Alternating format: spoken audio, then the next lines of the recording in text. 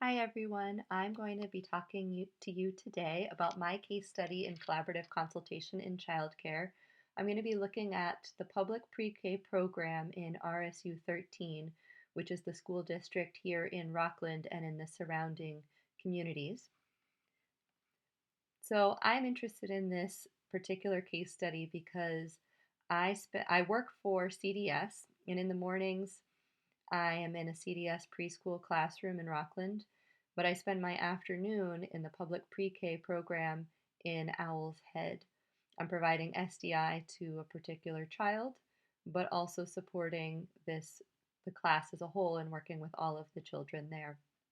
And for a long time, while I've been doing this work, I didn't fully understand the nature of the collaboration. I couldn't put it in context.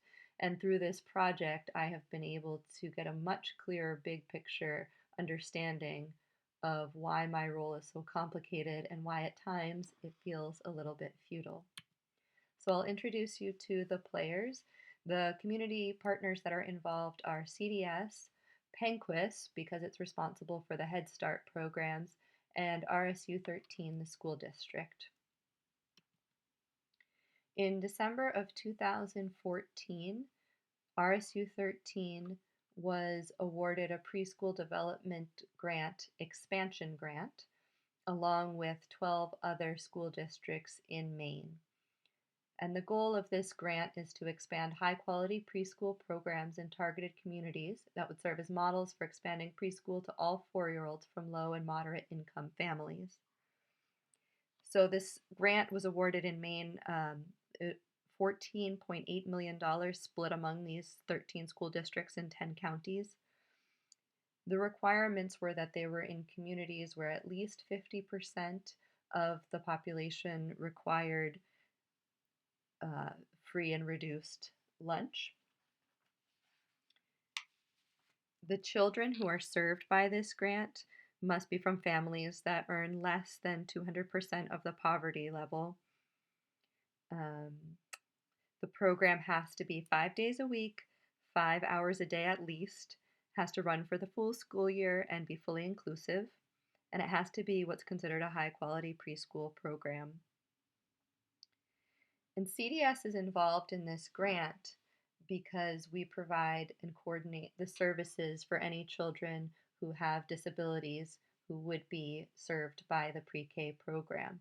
So even in the planning and application stages of the grant, CDS was named as a community partner. We're required by the grant to partner with the school district in this way.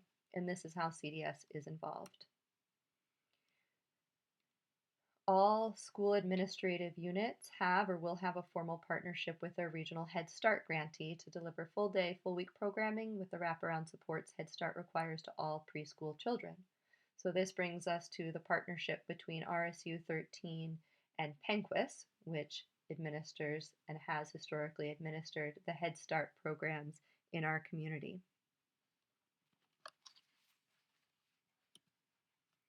Because of the grant, which was just awarded this year, this school year is the very first year the public pre-K program has run. So now, in the school district, there's never been a public pre-K program before. Now there are 3 public pre-K classrooms in the district, and one is housed at Owl's Head Central School, which is an elementary school in the district. But 2 of the classrooms are housed at Penquis, even though they're run by the school district. Changes at Penquis are that they used to have 4 half-day Head Start classrooms. Now they only have 2 of those Head Start classrooms, but they also have 2 full-day RSU 13 pre-K classes on site. Penquis and CDS have had a long partnership, and we used to have a collaborative Head Start classroom. That's now gone as a result of this grant. So here are the roles of the 3 different partners. RSU 13 is in charge of running the public pre-K program. They oversee the program as a whole. They employ and supervise the 3 lead teachers, and they provide 1 classroom. In charge of the supervision for the program as a whole is a vice principal for 2 of the elementary schools.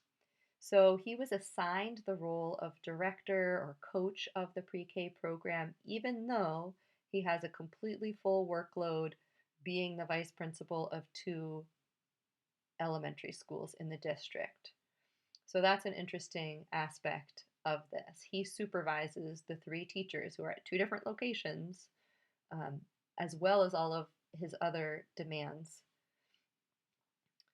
The role of Penquist is to support the public pre-K program. They employ and supervise the ed techs in the classrooms. They provide 2 classroom space, and they were the ones that determined the curriculum.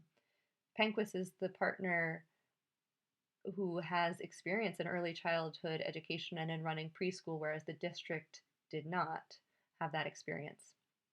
The role of CDS is similar to its role in all preschools in the area. We coordinate services for children in this public pre-K program. So we employ and supervise the ed techs who provide specially designed instruction, and we contract and coordinate therapies for children. So this is where I fit in. I'm an ed tech who provides SDI to one child and classroom support for everybody. The thing that makes it different is due to the grant, is that instead of just being in the classroom 5 hours a week, I'm actually in the pre-K program classroom 12 hours a week. So 5 of the hours are SDI for this child. The other hours I am there to support the program as a whole, to work with all of the children in the class. And without the grant, CDS might not have had me do that. So what this collaboration means in the classroom is that in 2 out of 3 of the pre-K classrooms, there are 3 staff on site at all times, and each of the 3 staff members are employed and supervised by a different agency. So in my classroom, I'm employed by CDS, the other ed tech is employed by Penquist, and the lead teacher is employed by the school district. So what challenges do you think this presents? At a leadership level, the collaboration is a little bit different. They have monthly meetings. The district, Penquist, and CDS have high-level leaders in the region who get together to evaluate progress, discuss plans, go over data, problem solve in order to ensure the success of the program. And why does it matter if this public pre-K program succeeds? Well, the grant is contingent upon success. So continuation of the grant beyond year 1, which where we are right now, up to 4 years, depends on showing that we have made substantial progress toward meeting the goals and objectives of the project and that we're complying with the requirements of the grant. So I will say that in 2 out of 3 of the pre-K programs, from what I understand, those classes are meeting the goals and objectives.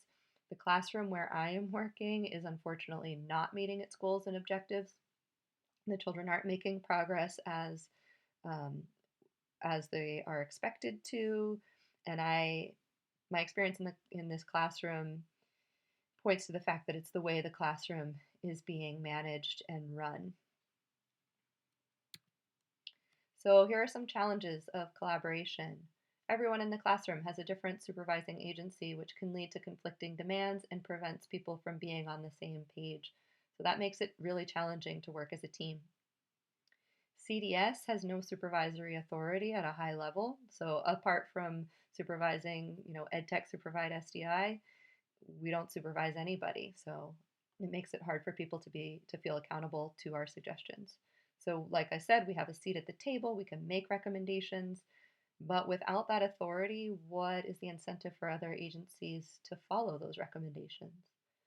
It can be frustrating at any level, at my level or at a leadership level, to be associated with a program that's not achieving its goals and doesn't align with your professional philosophy when you lack the power to make any change. But this collaboration still matters to CDS, and here's why. This public pre-K program is meeting huge needs in our district. It's providing more programming for children, which means that CDS can provide more services to more children. The public pre-K offers something different. They offer free full-day care and transportation, which are needs of many of the families in our areas. The collaboration allows us to be in the classroom. So when we are in the classroom, we can monitor the program quality. So my being there every day gives us sort of an eye on the program, which I can share then with my boss. We can also, when we're in the classroom, we can model different approaches and improve the quality and sort of do some teaching of how we believe we should interact with children. And then because CDS has a seat at the table, the stuff that happens in the classroom, I can voice that to my boss who can then bring it to the table as observation, as data, and can inform the recommendations that he makes when he's meeting with people. So here are some questions for you to think about and answer in the survey that will be sent out. What are some of the factors that make this particular collaboration challenging? Can you identify any weaknesses in how this collaboration is being implemented? Feel free to use implementation science. If you were a CDS EdTech in a public pre-K classroom, which was not meeting its goals, could you provide effective collaborative consultation? If so, how? Full disclosure here, yes, I am asking you for help in how I do my job. I appreciate your feedback. If you were the district superintendent, what changes would you make in the next academic year to promote the success of the public pre-K program? Feel free to think broadly. Would you make changes in locations of the programs, in staffing structure, in the collaboration itself? Anything else? If you were the director of CDS, what would you do to improve the quality of the public pre-K program through collaborative consultation? So thank you so much for listening to my case study and for all of the great suggestions that you will undoubtedly provide. All right, thank you, and I'll see you in class.